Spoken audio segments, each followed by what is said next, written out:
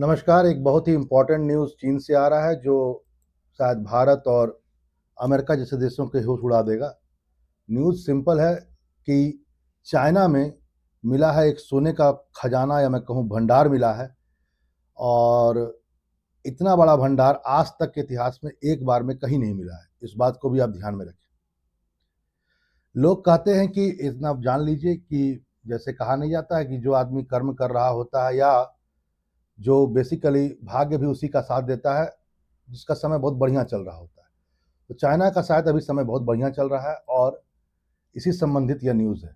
एक तो चाइना खुद ही आपको पता होना चाहिए कि 2023 के गोल्ड प्रोडक्शन का जो रिपोर्ट आया था, जो वर्ल्ड गोल्ड काउंसिल द्वारा निकाला गया था, इसमें कहा गया था कि चाइना नंबर 1 पर है जो गोल्ड का प्रोडक्शन कर रहा है पूरे वर्ल्ड में और इसका योगदान पूरे वर्ल्ड में जो है वो 10% के आसपास था।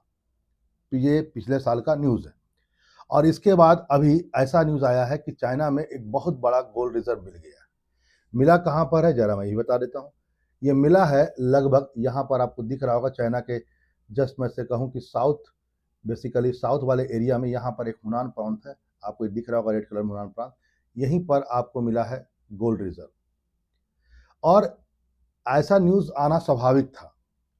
ये कोई ऐसी बात नहीं थी कि जो बहुत ही अप्रत्याशित थी। सच्चाई है कि चाइना कई सालों से एक्सप्लोरेशन कर रहा है मिनरल्स का और इस सब ढंग के चीज़ों का। भारत इससे थोड़ा पीछे रह गया। इसके पीछे बहुत बड़ा कारण है मनी।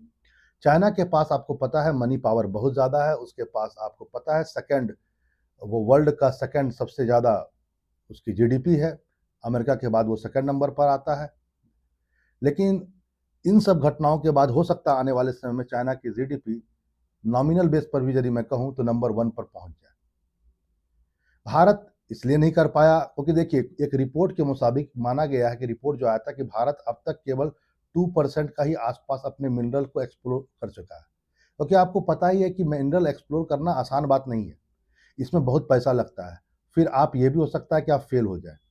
मतलब आप फेल भी हो सकते हैं, ये भी पूरा चांस है। पता लगा आपने बहुत सारे करोड़ों रुपए लगा करके कोई एक्सप्लोर किया राजस्थान में या गुजरात में या बिहार में या झारखंड में आपने एक्सप्लोर किया। कितने परसेंट चांस है कि आप सक्सेसफुल रहें, वहाँ से कुछ मिले या ना मिले, ये भी हो सकता है। एक बहुत बड़ा पॉइंट है, आपको समझ में आ रहा है। लेकिन चाइना ने इस रिस्क को कवर किया। आपको पता है कि चाइना की इकोनॉमी बहुत ज़बरदस्त है, वर्ल्ड में नंबर 2 पर है और इसका आज उसे बेनिफिट मिल रहा है। जैसा कि मैंने आपसे कहा कि चाइना तो वर्ल्ड का है ही नंबर 1 पर, उत्पादक सोना का है ही सबसे बड़ा नंबर 1, 10% के आसपास है ही और हुनान प्रांत में उसे एक ऐसा मिला है जो माना जा रहा है कि 82.8 बिलियन लगभग 83 बिलियन डॉलर के आसपास का सोने का भंडार मिला। ये अपने आप में बहुत बड़ा आंकड़ा है। यदि मैं भारतीय रुपए की बात करूं तो लगभग 7 करोड़ 7 लाख करोड़ आप इमेजिन कर सकते हैं 7 लाख करोड़ के आसपास का वहां पर मिला है। ये भंडार मिला है। ठीक है। और यदि मैं इसके क्वांटिटी में कहूँ तो ये लगभग माना जा रहा है 300 से ऊपर टन सोना यहाँ पर हुनान प्रांत में होने की उम्मीद है। ऐसा बताया जा रहा है। यहाँ पर आज आप इस बात को भी जानें, वो यह है कि यदि आप रिजर्व की बात करें, वर्ल्ड में रिजर्व की बात करें, सोना किसके पास कितना है, तो यूनाइटेड नेशन के पास सबसे ज़्यादा है 8133 के आसपास मेट्रिक टन के आसपास सोना इनके पास में है। ठीक है, आप इसको बात को समझ सकते हैं। और चाइना आज के तारीख में 6ठे नंबर पर है। यदि ये चाइना के हम इसको प्लस कर देते हैं, यदि आने वाले समय में चाइना का ये प्लस होता है तो चाइना सीधे उठ करके मैं आपसे बात करूं तो जर्मनी के बाद तीसरे नंबर पर पहुंच जाएगा। हो सकता है आईएमएफ भी चाइना से पीछे हो जाए क्योंकि नंबर 1 पर यूनाइटेड स्टेट है, दूसरे नंबर पर चाइना है, तीसरे नंबर पर आईएमएफ, फिर इटली, फिर फ्रांस, फिर रसिया, फिर चाइना, फिर स्विट्जरलैंड और 8वें नंबर पर इंडिया है टोटल रिजर्व।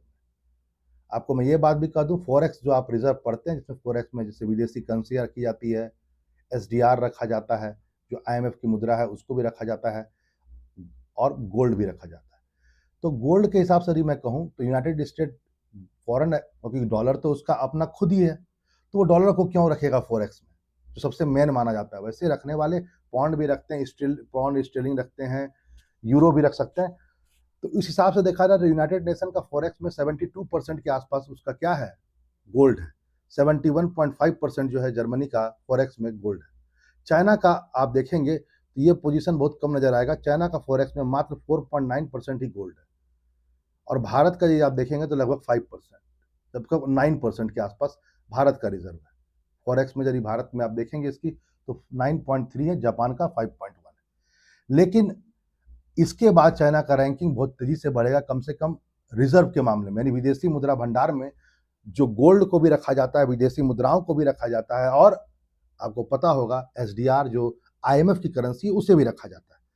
इसके बाद चाइना का इसमें भी कंट्रीब्यूशन बहुत तेजी से बढ़ेगा और यह भी बहुत तेजी से ऊपर उठेगा, यानी चाइना और तेजी से ऊपर उठेगा। इसकी अर्थव्यवस्था जो कही जा रही थी मंदी में आ रही है, वो धीरे धीरे वो मंदी से बाहर भी आएगा, रोजगार भी मिलेंगे क्योंकि गोल्ड वहां पर बहुत सारा मिल चुका है। ठीक है, और क्या है पूरी बात, थोड़ा और भी जान लेते हैं, इस बात को समझ लेते हैं। माना जा रहा है कि ये जो पूरा का पूरा जो रिपोर्ट आया है उसमें ये बात और भी जो बातें कही गई है वो यह भी की गई है कि चाइना केवल ऐसा नहीं है कि उसने अपना प्रोडक्शन को बढ़ाया है और विश्व स्तर पर उसने 10% योगदान हो चुका है उसका प्रोडक्शन का। रिपोर्ट में एक बात और भी कहा गया है कि साल 2023 में पीपुल्स बैंक ऑफ चाइना जो ने सोने की खरीद को 20% तक बढ़ा दिया, यानी कि वर्ल्ड में जो सोना है उसमें से 20% वो अकेले चाइना खरीद रहा है 2023 में बात कही जाए।